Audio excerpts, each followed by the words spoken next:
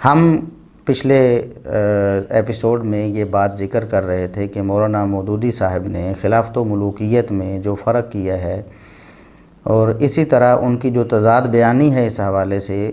وہ بہت قابل غور ہے، اور ایک مسلمان کے لیے اور آج کے ایک بندے کے لیے، چلو مولانا مودودی صاحب سے تو غلطی ہو گئی،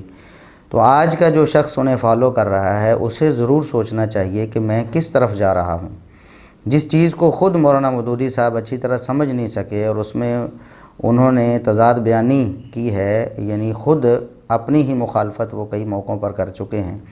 تو ایسے موقف کو کیوں بندہ اپنائے۔ اور آج ہم اسی بات کو تھوڑا اور آگے لے کر چلیں گے۔ جب ہم تھوڑا سا اور آگے چلے خلافت و ملوکیت میں، جو ان کی کتاب ہے، تو اس میں اور بہت بڑا تضاد نظر آیا۔ دیکھیے، ایک تو خلافت و ملوکیت کے فرق کے حوالے سے بہت بڑا تضاد ہے، اور دوسرا یہ بہت بڑا تضاد ہے کہ ایک طرف خلافت راشدہ کہتے ہیں، دوسری طرف اس کی خصوصیات بیان کرتے ہیں، اور پھر خود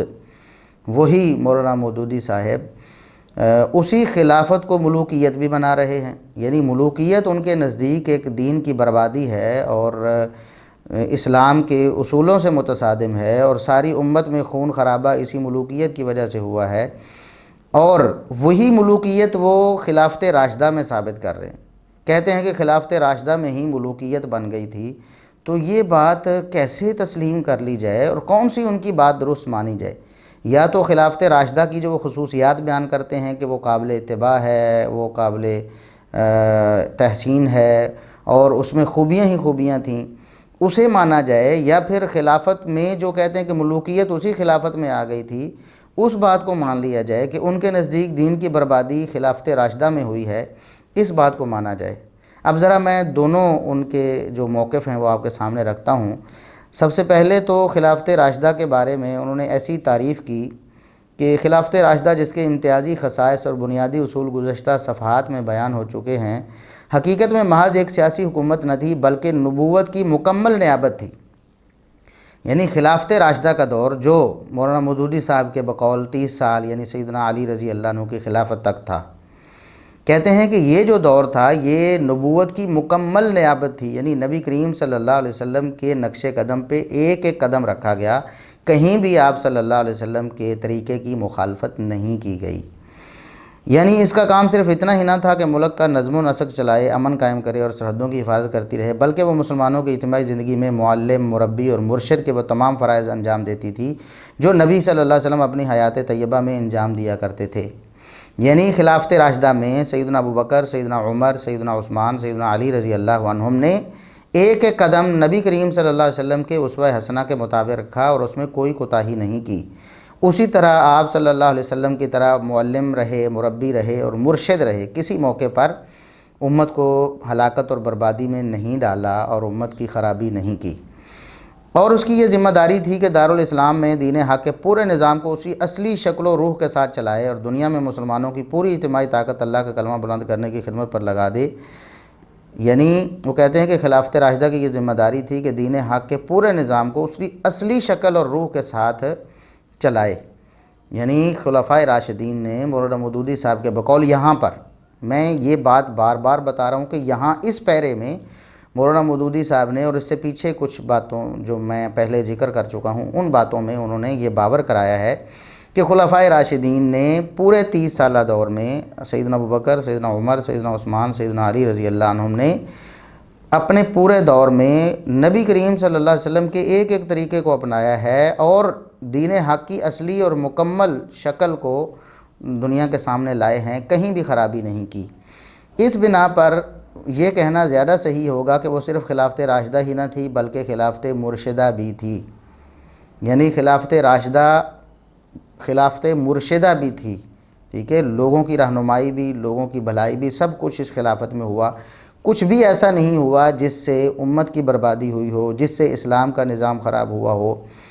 خلافت علی منہاج نبوہ کے الفاظ اس کی انہی دونوں خصوصیات کو ظاہر کرتے ہیں۔ کہتے ہیں خلافت علی منہاج نبوہ کہا جاتا ہے تو نبی پاک صلی اللہ علیہ وسلم کے ایک ایک طریقے کو خلافت میں اپنایا گیا، کہیں بھی آپ صلی اللہ علیہ وسلم کے کسی طریقے کی مخالفت اور اس سے روگردانی نہیں کی گئی، اور اسلام کی حقیقی شکل کو کہیں بھی مسخ نہیں کیا گیا۔ اور دین کی سمجھ رکھنے والا کوئی شخص بھی اس بات سے ناواقف نہیں ہو سکتا کہ اسلام میں اصل مطلوب اسی نوعیت کی ریاست ہے، نہ کہ محض ایک سیاسی حکومت۔ کہتے ہیں کہ ہر شخص، ہر مسلمان یہ بات جانتا ہے کہ اسلام میں اصل مطلوب یہی دور حکومت تھا، 30 سالہ جو دور تھا یہی مطلوب تھا، اور بعد میں بھی یہی مطلوب ہے کہ اس کی منوعاً پیروی کی جائے اور اس میں کسی قسم کا کوئی خرابی اس میں نہ لائی جائے اور اس میں کسی قسم کی کوئی کوتاہی نہ کی جائے۔ لیکن اب مودودی صاحب کا دوسرا رخ آپ دیکھیں، انہوں نے پینترا بدلا، اور اس سے اگلے صفحے پر، اسی صفحے کے بلکہ اینڈ میں جو صفحہ میں نے پڑھ کر آپ کو سنایا ہے، اس میں آپ نے سنا کہ پوری خلافت راشدہ عین سنت کے مطابق، عین کتاب اللہ کے مطابق، عین اسلام کی اصلی روح کے مطابق تھی۔ لیکن اسی صفحے کے اینڈ پہ لکھتے ہیں کہ اس تغیر کا آغاز، یعنی اوپر سرخی جو قائم کی ہے خلافت راشدہ سے ملوکیت تک، یعنی خلافت راشدہ ملوکیت میں کیسے بدلی، ملوکیت کہاں آئی، خلافت راشدہ کہاں برباد ہوئی، اسی عنوان کے تحت تغیر کا آغاز ایک نئی سرخی قائم کی ہے، اور اس میں لکھتے ہیں اس تغیر کا آغاز ٹھیک اسی مقام سے ہوا جہاں سے اس کے رونما ہونے کا حضرت عمر کو اندیشہ تھا۔ اپنی وفات کے قریب زمانے میں سب سے بڑھ کر جس بات سے وہ ڈرتے تھے وہ یہ تھی کہ ان کا جانشین اپنے قبیلے اور اپنے اقربا کے معاملے میں اس پالیسی کو نہ بدل دے جو رسول اللہ صلی اللہ علیہ وسلم کے زمانے سے ان کے زمانے تک چلی آ رہی تھی۔ کہتے ہیں کہ سیدنا عمر رضی اللہ عنہ کے بعد یہ جو خلافت تھی یہ بدل گئی، خلافت میں دراڑ آ گئی، خلافت کی جو خصوصیات تھی ان کو چھوڑ دیا گیا، اور حضرت عمر کو یہ اندیشہ تھا کہ میرے بعد کہیں ایسا نہ ہو جائے، اور وہ ہو گیا۔ حضرت عمر کے بعد کون آیا؟ سیدنا عمر رضی اللہ عنہ کے بعد سیدنا عثمان رضی اللہ عنہ خلیفہ ہیں۔ اور آگے واضح الفاظ میں اس صفحے کے اینڈ میں اگر آپ پڑھیں تو یہاں لکھا ہوا ہے لیکن ان کے بعد، یہ صفحہ نمبر 106 ہے۔ میں عموماً صفحات کا ذکر اس لیے نہیں کرتا کہ ہم جب اس ویڈیو کو یوٹیوب پہ اپلوڈ کرتے ہیں تو اوریجنل سکینز جو ہیں صفحہ نمبر سمیت وہاں لگا دیے جاتے ہیں، تو میں بلکہ کوشش کروں گا جو لوگ ابھی لائیو سن رہے ہوں گے ان کے ذہن میں آئے گا کہ اگر انہوں نے پڑھنا ہے تو کیسے پڑھیں۔ ایک تو یہ ہے کہ ایک دن بعد وہ ویڈیو ہمارے یوٹیوب چینلز پر اپلوڈ کر دی جاتی ہے، اور دوسرا یہ ہے کہ ہم آئندہ انشاءاللہ اس بات کا خیال بھی کریں گے، ساتھ میں صفحہ نمبر بول بھی دیں گے۔ تو اسی صفحہ نمبر 106 کے اینڈ میں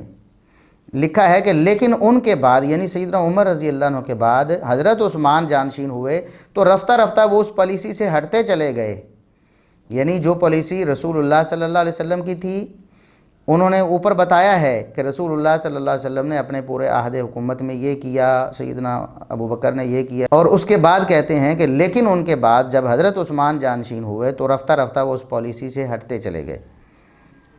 اچھا، انہوں نے پے در پہ اپنے رشتہ داروں کو بڑے بڑے اہم عہدے عطا کیے، اور ان کے ساتھ ساتھ ایسی دوسری رعایات کیں جو عام طور پر لوگوں میں ہدف اعتراض بن کر رہیں۔ یعنی مولانا مودودی صاحب پیچھے تو یہ کہہ رہے ہیں کہ خلافت راشدہ جو ہے وہ سراپے خیر تھی اور وہ قابل اتباع اور قابل تحسین ہے، اور وہ اسلام کی اصل اور مکمل روح ہے،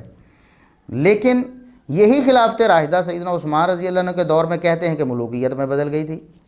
کہ ملوکیت میں ایسے ہوتا ہے کہ اپنے رشتہ داروں کو عہدوں سے نوازا جاتا ہے۔ اس پہ تو ہم آگے انشاءاللہ بات کرنے والے ہیں کہ مولانا مودودی صاحب کی یہ کتنی بڑی خطا اور کتنی بڑی غلطی ہے، بلکہ کتنی بڑی غلط بیانی ہے کہ سیدنا عثمان رضی اللہ عنہ کو اقربا پروری کا الزام دیا انہوں نے، اور یہ تہمت باندھی سیدنا عثمان بن عفان رضی اللہ عنہ پر کہ وہ اقربا پروری میں ملوث ہوئے۔ اس پر تو ہم آگے بات کرنے والے ہیں، لیکن یہاں پر ہم آپ کو صرف اتنا بتا رہے ہیں کہ ایک شخص خلافت راشدہ کو سراپا خیر کہتا ہے اور کہتا ہے کہ وہ لائق اتباع ہے، اور اسی کے لیے میں کوشش کر رہا ہوں یا محنت کر رہا ہوں، میں رو پیٹ رہا ہوں، لوگوں کو بتا رہا ہوں کہ خلافت خلافت خلافت خلافت اور ملوکیت سے بچ جاؤ، ملوکیت سے بچ جاؤ۔ اسی خلافت جس کی دعوت دیتے ہیں اور جس کی طرف لوگوں کو رغبت دلاتے ہیں، اسی خلافت کے بارے میں خود یہاں کہہ رہے ہیں کہ وہ ملوکیت میں بدل گئی تھی۔ اس تغیر کا آغاز ٹھیک سیدنا عمر کے بعد ہو گیا تھا۔ انہوں نے لکھا ہے کہ حضرت عثمان جب جانشین ہوئے تو وہ رفتہ رفتہ اس پالیسی سے ہٹ گئے جو رسول اللہ صلی اللہ علیہ وسلم نے دی، جو سیدنا ابو بکر رضی اللہ عنہ نے دی، جو سیدنا عمر رضی اللہ عنہ نے دی۔ نعوذ باللہ ثم نعوذ باللہ ثم نعوذ باللہ۔ ہم ایسی سوچ کو ردی کی ٹوکری میں پھینکتے ہیں جو سیدنا عثمان رضی اللہ عنہ کی خلافت راشدہ کو یوں بدنام کرے کہ وہ نبی کریم صلی اللہ علیہ وسلم اور ابوبکر عمر رضی اللہ عنہما کی پالیسی سے ہٹ گئے تھے۔ اب یہ بات کوئی سیدنا عثمان رضی اللہ عنہ کے بارے میں کرے تب بھی مجرم ہے، اور وہ سیدنا علی رضی اللہ عنہ کے بارے میں کرے تب بھی مجرم ہے۔ اب یہی باتیں تو مودودی صاحب نے ایک طرف سیدنا عثمان رضی اللہ عنہ کے خلاف کر دیں اور انہیں اس بات کا ذمہ دار ٹھہرا دیے کہ انہوں نے خلافت کو برباد کر دیا، اور دوسری طرف نواسب ہیں وہ اپنی کتابوں میں لکھتے ہیں کہ سیدنا علی رضی اللہ عنہ نے یہ سارا نظام برباد کیا، اپنے اقتدار کے لیے انہوں نے مسلمانوں کا خون بہا دیا، نعوذ باللہ ثم نعوذ باللہ، اور کہتے ہیں کہ انہوں نے اپنے جو رشتہ دار تھے ان کو نواز دیا، اور آگے ہم اس پہ بات کرنے والے ہیں۔ تو ہم کہتے ہیں جس طرح کہ یہ محمود احمد عباسی وغیرہ انہوں نے یہ بات یہی اسی طرح لکھی ہے،